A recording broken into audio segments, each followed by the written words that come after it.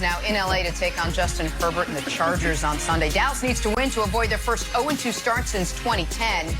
Came close to knocking off the defending champion Bucs in week 1, but close doesn't cut it in the standings, or so they tell me. This prompting Dak to say still plenty of room for improvement. Take a listen. We just got to be cleaner. We've got so many weapons, and we've got a great scheme. Kellen does a good job of putting us all in the best situations. I think last week we just missed some opportunities, whether it was missing a throw here or, maybe missing a block or whatever it may be, right? That we had opportunities to cash in, and we didn't, but we're going to learn from them. Obviously, we're going to move forward and use that as a way to get better. And yeah, we've got so much in the tank. We've got so many great red zone plays. That was something big that we went into this offseason focusing on. So we're just going to put our hand in the bag and pull out our tricks and everything that we've got, and know that we've got a lot of improvement is going to come.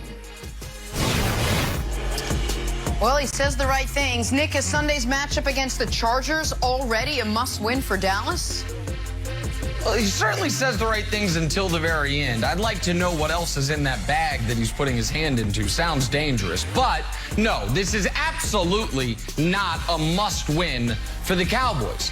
Their season starts on the road against 2 projected playoff teams. And if you look at their schedule, after this game at the Chargers, it is as soft as it gets for the next 7 weeks.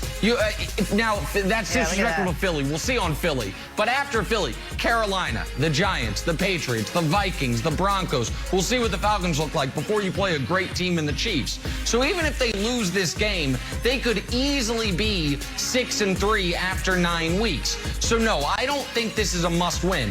I think it's a must-play well for Zeke. I would like to see what Zeke can do.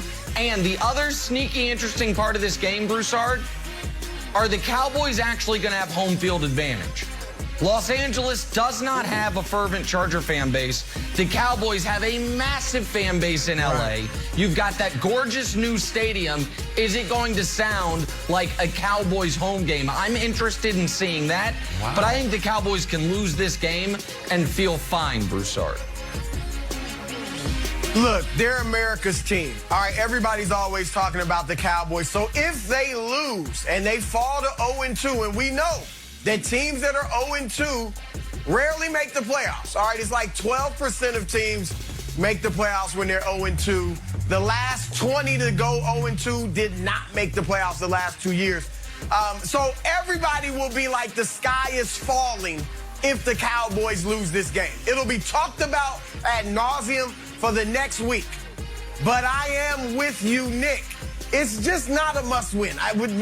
Regardless of this stat that you just saw in the graphic, it's not, for 2 reasons. One, Nick already mentioned, the schedule's light. They don't play another playoff team or team that made the playoffs last year until week 11 when they got the Chiefs. And then the division they're in. It's the NFC least. We all know it's the worst division in football. The Giants are already struggling.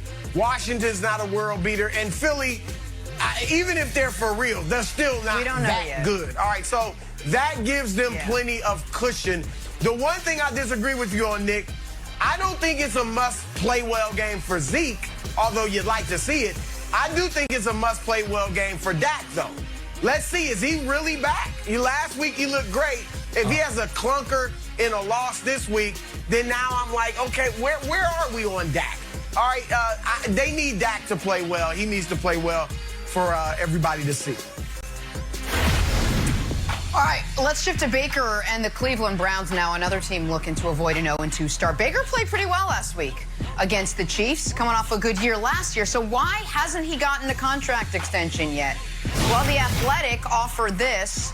The Browns have yet to extend an offer to the #1 pick from the 2018 NFL Draft, according to sources. But while all is currently quiet, neither side has ruled out the idea of opening negotiations during the season. The relationship between Mayfield and the Browns remains positive, according to the sources from the Browns' perspective. They want to see Mayfield produce over a longer stretch of time in second-year head coach Kevin Stefanski's offensive system. Hey, Wiles, how much pressure is on Baker to prove himself, to have a big game against the Texans on Sunday? I would say literally zero.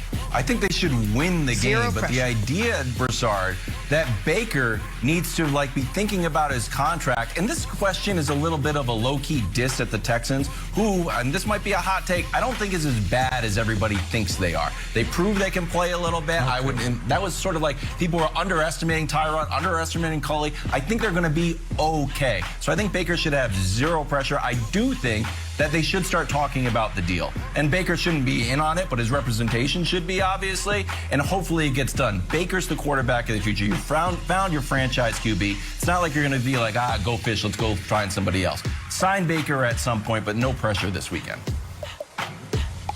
Wiles, that was amazing. Because you talked about a subtle diss of the Houston Texans while putting a subtle diss on the Houston Texans. Because if you had any thought that they could actually beat the Browns, you would not say there's 0% pressure on Baker Mayfield. All right, and now I'm with you. I get it. We just saw the stat about 0-2, and they, unlike the Cowboys, are in a tough division. So if they lose this game, yeah, it's going to be a lot tougher on the Browns to get to the playoffs than we think. But I have no confidence whatsoever in the Texans. Look, I get it. They look like world beaters against Knicks Jaguars. They're fine. They're not playing Knicks Jaguars this week. All right, they're playing the Cleveland Browns, who will stomp them. All right, they're going to stomp them. So if I thought that Houston could win this game, Wiles, I would feel like there was pressure on Baker. Yeah. Because, look, the contract situation is what it is. But, no, I don't think they have any hope of beating the Browns. Henceforth, Nick, there's no pressure on them. Go ahead, Wilds. Go ahead, Nick. No, you go. Oh, okay. Thanks. So I don't want to pile on Wilds this segment, but I actually disagree that people might be underrating the Texans. I think they might actually slightly right now be overrating the Texans. I'm thinking back on the committee's tiers, and we elevated the Texans off the very bottom row of expansion 2.0. They maybe should stay there. I think week one's going to be an aberration. I actually think there's a lot of pressure on Baker this week because we know what the Texans are going to do. The Texans are going to dedicate their entire defensive scheme to stopping the run, because you saw how effective Chubb and Hunt were against Kansas City. Baker's going to have the most easy and open throwing lanes available. The Texans, right before the start of their season, traded away their #1 corner. So Baker should have a monster game.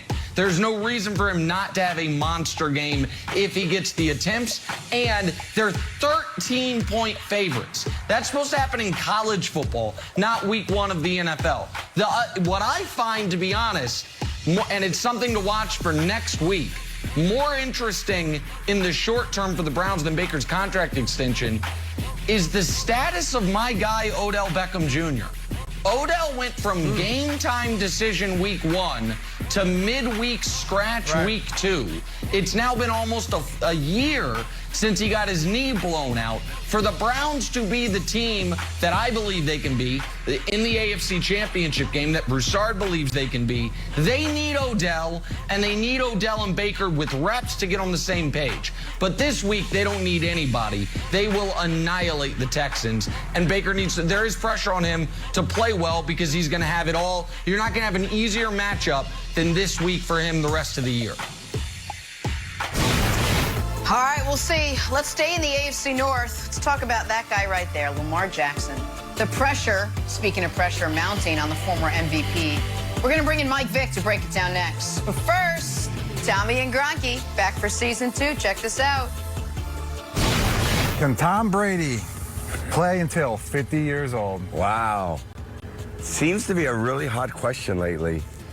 Can Tom Brady play till 50? Like 50 years old? Yeah, 50. 50. You're 44, that's 6 more years. I don't find it so difficult. And plus in the Florida, it's